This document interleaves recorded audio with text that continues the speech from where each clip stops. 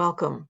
Thank you for joining us for another look into the rich history of Adams County, Pennsylvania.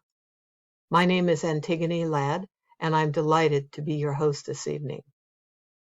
I hope that you have been regular viewers of our programs, and I hope you'll consider, if you missed one, going and checking out the YouTube page under the name of the Adams County Historical Society to find programs that you would enjoy watching at your leisure. If you haven't donated to our new building of a museum and education center, I hope you will consider that, especially if you like our programs. And we make it very easy by giving you a donate button at the bottom of your screen. So without further ado, I want to turn you over to our program on World War II and the German prisoner of war camps. Enjoy. This program is about Gettysburg during World War II. It's the story of Captain Laurence Thomas, who commanded the German prisoner of war camps on the battlefield here in Gettysburg. Later, he also ran the secret interrogation camp at Pine Grove Furnace, which is located in the mountains west of Gettysburg. And there, he had both German and Japanese prisoners to interrogate. Captain Thomas's story is told through the eyes of his daughter, Joan Thomas, who came here with her family when she was 11 years old. Joan recalls her experiences here, and that's the story we're looking at this evening. As background to this story, let me introduce the Thomas family.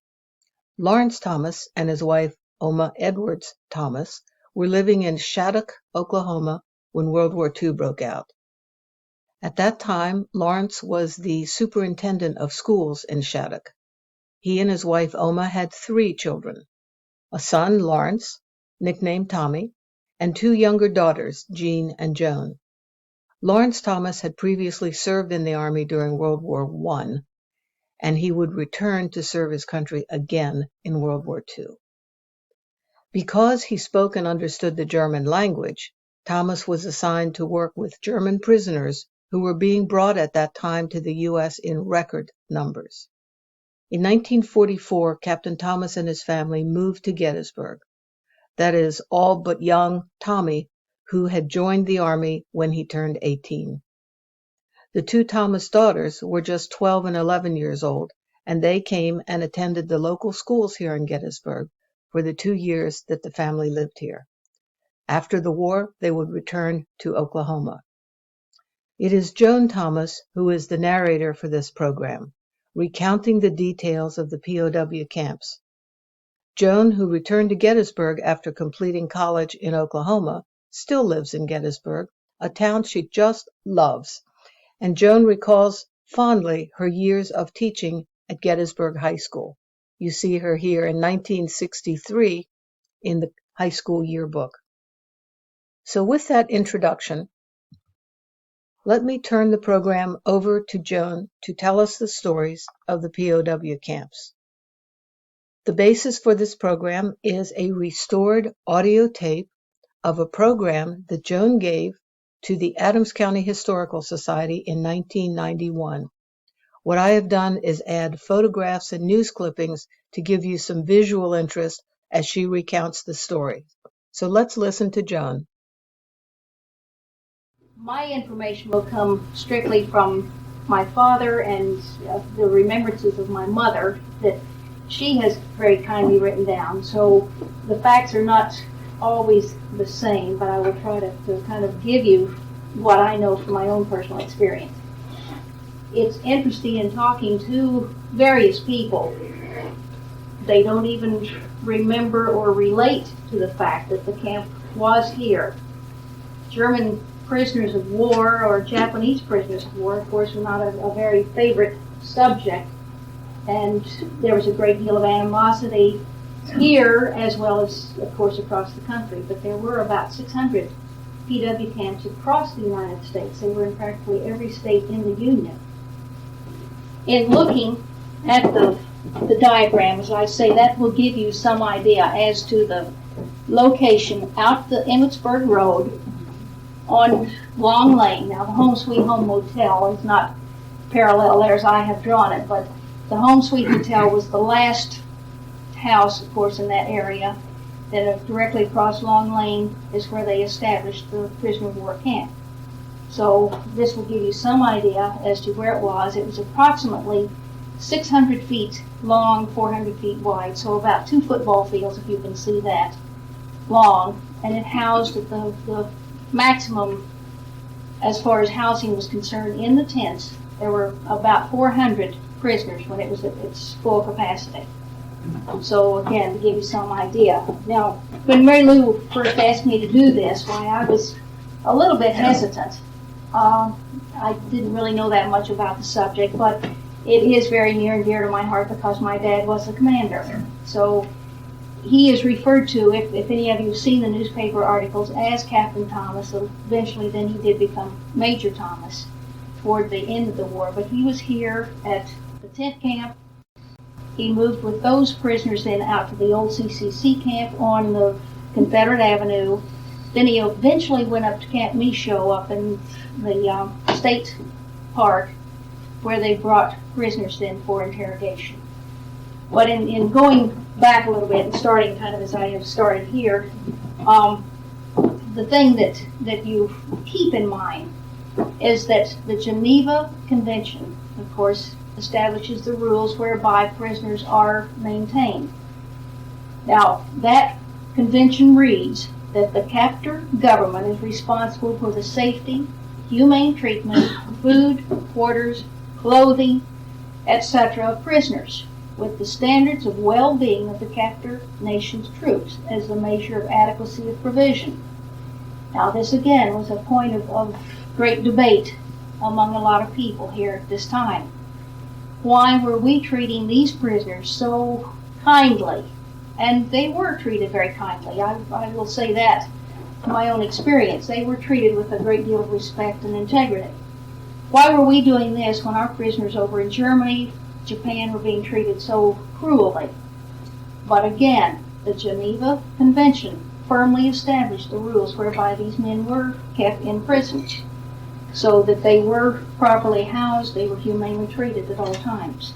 Now, the thing to also keep in mind, every prisoner of war was under obligation to try to escape. Now, here in Gettysburg, we had, under my father's command, there were 2 who did escape. That was early in July of 1944, shortly after the camp opened. They crawled out through a drainage ditch that is still there, so you can see it as you drive by. But they crawled out, went under the Emmitsburg Road, and escaped then across the park. Their idea was to get to New York, to board a ship, and get back to Europe. So what they hoped to do, of course, was to be able to walk.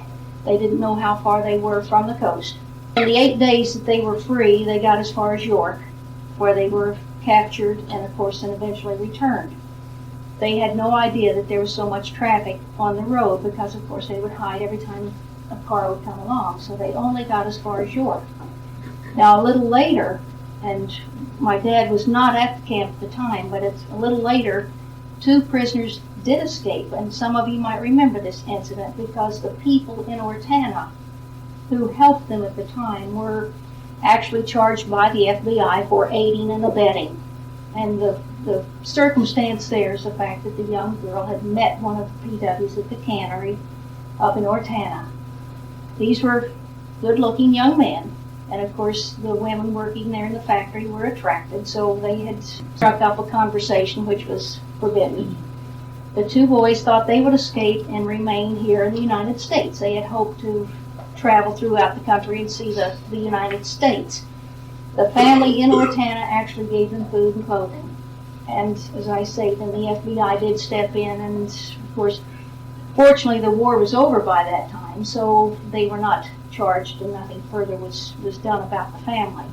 But if any of you have access, and the newspaper clippings are in the folder, so if any of you are interested, why, it's interesting to see what the family did and how they were involved. There were, from the time, say, of 1944, when this camp opened, there were approximately 424,000 German prisoners who were brought to this country. Now, you think of that many who were involved, 424,000. Now again, simple logistics, easy to explain why. We were required to clothe them, feed them, house them. You take that many in Germany and think of sending that much food, clothing, so forth, that would necessarily take up the space that we were using for sending supplies to our own troops. Much easier to bring those people over here, to house them here, to employ them here. Now, the camp at Gettysburg, as I say, was established in 1944, in June of 1944. My dad came here with a contingent of 50 troops, 50 prisoners from Fort Meade, Maryland. They designed and set up the camp at the high water mark, so to speak, in that area. They designed it in such a way, of course, that it was convenient, that it would house the 400 troops who were eventually brought in. Those 50 plus an additional 100 who came within about 2 weeks' time had constructed the camp. Now they erected tents so that the men were actually housed in tents right there on the ground. They had their own latrine facilities, their own kitchens, everything was right there within the compound. They had a 9-strand barbed wire fence that completely, of course, surrounded the area, with each corner protected by a guard station on a platform. These were manned, of course, 24 hours a day by soldiers with machine guns. Now, we had one unfortunate incident of the soldiers, of course, who came back were veterans. They had been on the front line. They had been in Europe. A lot of them had seen their friends killed. But, again, they had been rotated home and were put on guard duty, which was a major mistake that they made, I think, at a lot of the POW camps. One young man here went berserk and started firing his gun into the compound. Now, fortunately, no one was hurt. But it was the kind of thing that happened without anybody being really aware of it. So it happened so quickly. But, of course, from that point on, then the troops did become very much attuned to the fact of whether the soldiers were bitter or whether they were, say, mentally stable in order to pull the guard duty. So that was one incident. Another unfortunate incident that happened up at Aspers. One young soldier committed suicide. He hanged himself. Now, rumors, of course, and you know during the wartime why rumors were rampant. There was a lot of question about whether he had been murdered, whether he had really committed suicide in, say, under his own free will and so forth, whether he was afraid to go home, just exactly what the circumstances were. No one will ever know. Practically every state was involved in employing POWs to work in various agricultural areas particularly. Here in Adams County and the surrounding areas, they were employed in the canning factories, they were employed in the orchards, they were employed in picking peas, picking beans, they were used to cut pulpwood, to cut brush. They worked as far north as Middletown, as far west as Chambersburg. They worked in Hanover and down in Emmitsburg. So that the 400 who were located at this tent camp were gainfully employed by a great number of the people in this community. They were paid, quote unquote, $1 an hour, which was the prevailing wage for most employees at that time. The prisoners themselves were given 10 cents out of that dollar. The rest of the money went to the federal government to pay for their maintenance, their room, board, supervision, so forth. Now, the camp here at Gettysburg, with 400, profited $138,000. There were 424,000. Now, of those 424,000, not all of them worked, of course. Those who were ill and not able to work were not sent out. Officers were not required to work. So of the entire group of prisoners who were here, they say that about 130,000 were gainfully employed. So certainly they paid their own way very, very definitely. It was a matter that, again, they would be hired, and Mr. E.A. Krause was the gentleman in charge. He's the one who assigned the workers to the various areas.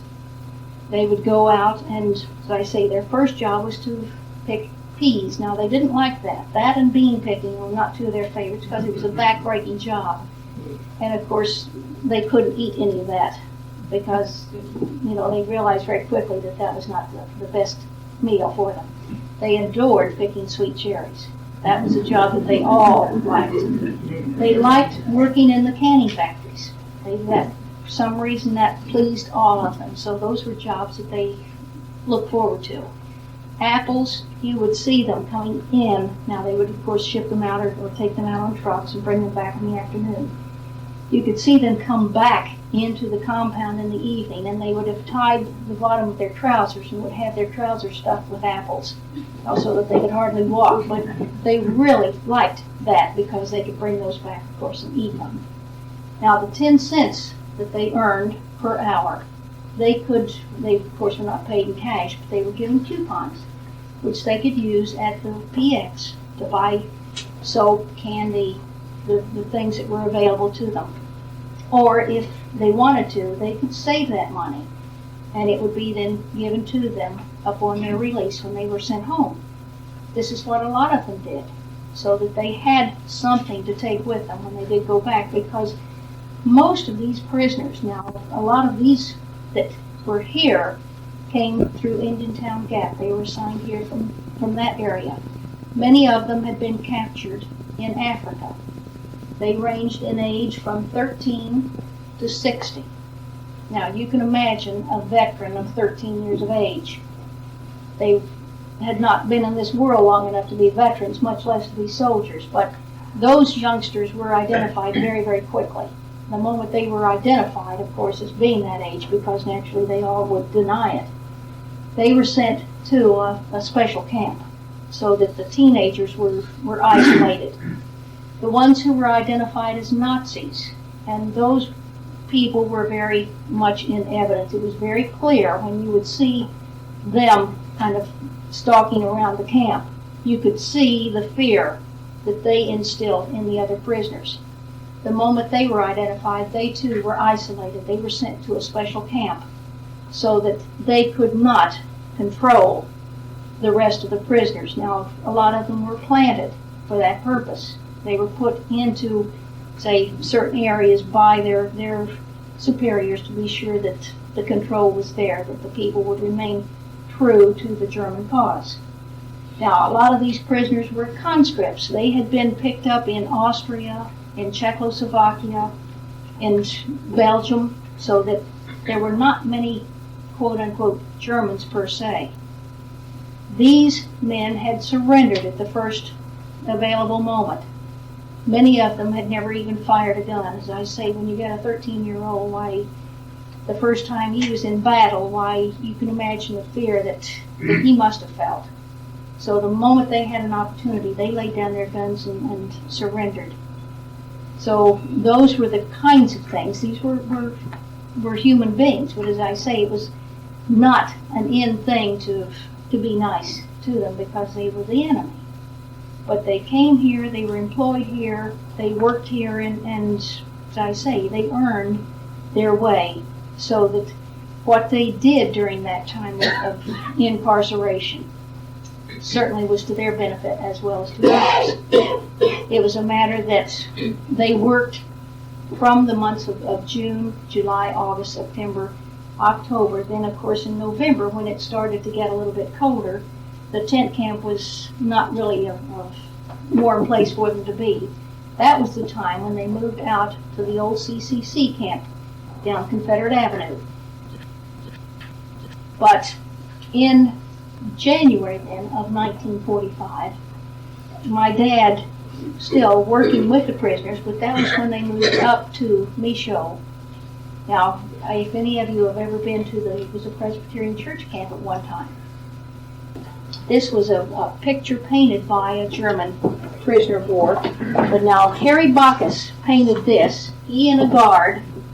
Now, notice I say guard because, again, rumors had it that these people could just come and go as they pleased. But Harry went out, kind of climbed a mountain, climbed a tree, and sketched a picture of the camp.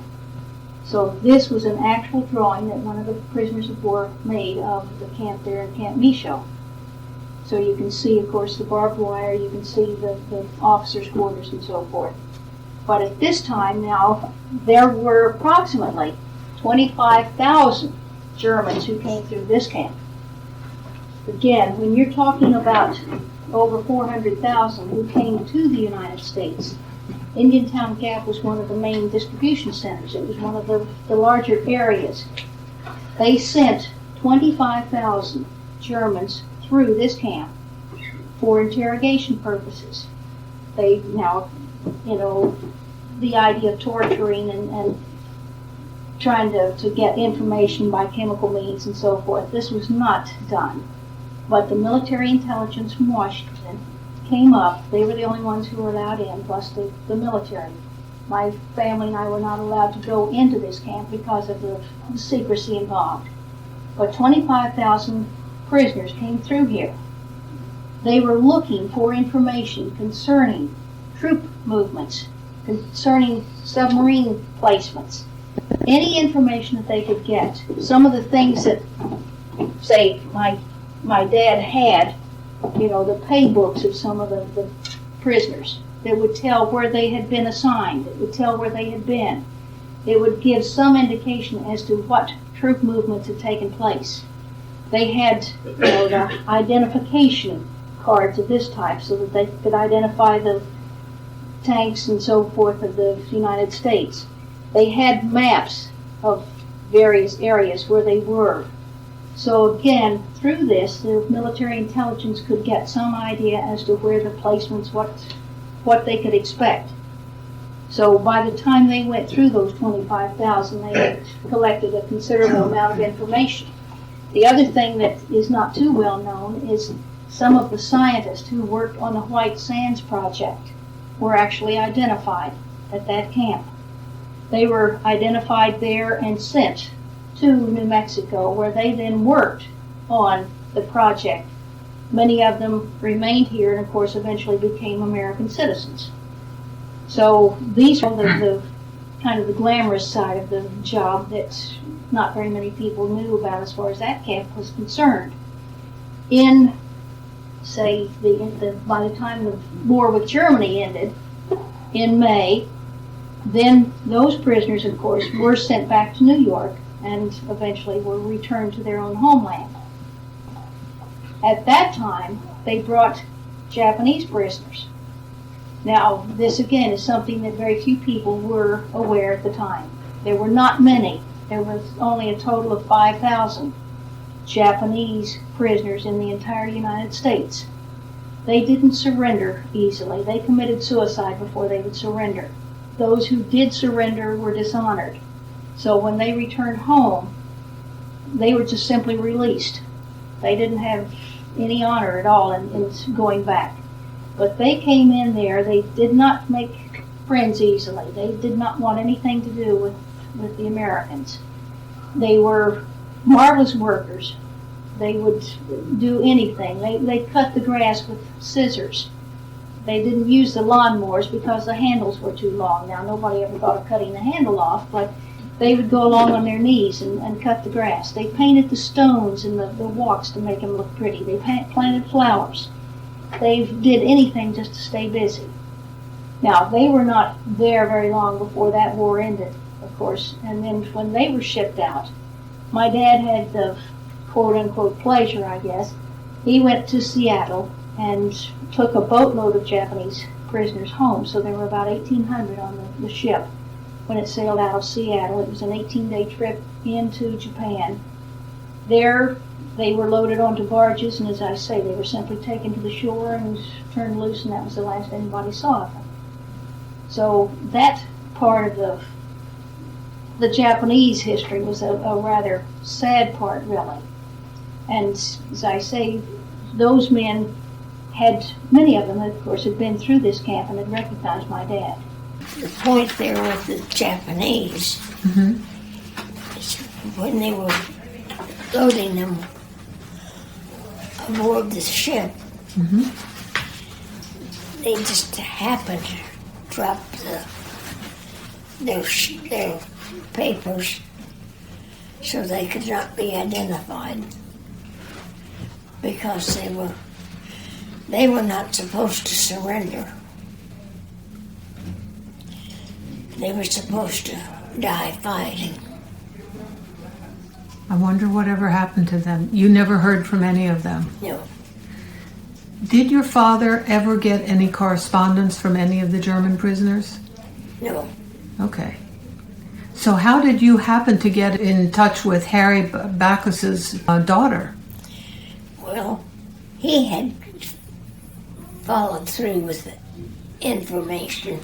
Okay. And the girl could speak some English. And of course I was in Switzerland, so she contacted me. And that was how we maintained contact. Interesting. Tell me about your father after the war. What did he do? Well, you know, it's interesting, and you consider my age at that time. But he went back. How old were you when the war ended? I was about 13 years old. Okay. And we went back to Oklahoma, back to Stillwater. Daddy just went back to school as usual. So he left the Army after World War II and returned to Oklahoma. So you girls, after the war, went back to Oklahoma and finished high school. Yes. Your brother, of course, was already out. Yes. And he was in the military, and then he moved to Florida. What did you and your sister do after you finished high school? After we finished high school, then that was when we lived in Stillwater, and we're sorority girls. Big deal. But we both lived in sorority house.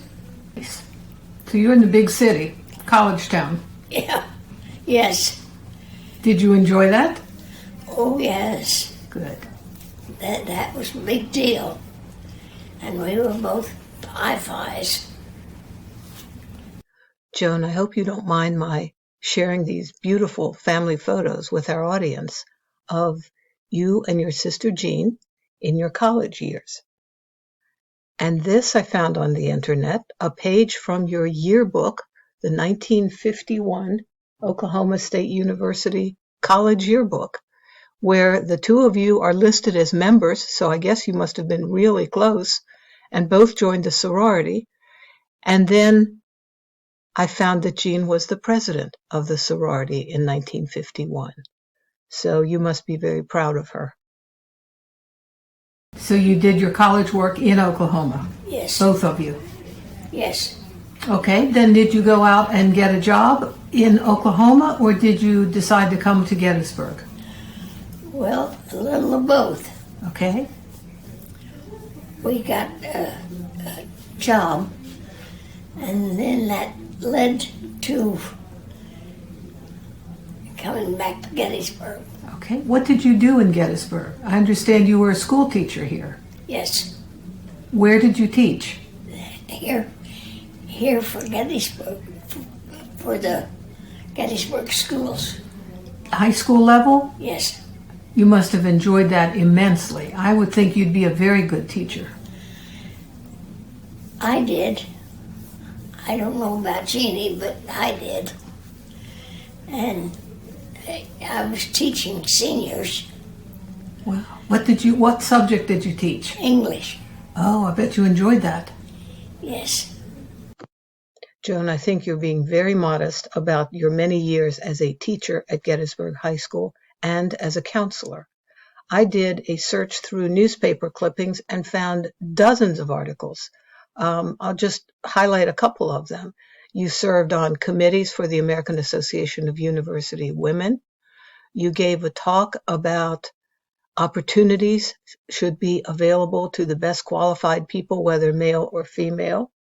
You served on panel discussions. Then you had an honorary membership given to you by the Gettysburg chapter of the FHA. and you were presented the VFW Loyalty Day citation, and among others, you served as a counselor to school programs, committees, specialized groups, theater. You were a very, very busy lady. And again, I'll run this picture, which I just love, of you in the high school yearbook in 1963. And I thank my friend Alan Nouse for bringing me the yearbook with this great photo. Now, did your parents come back to Gettysburg at the same time that you did? They came later.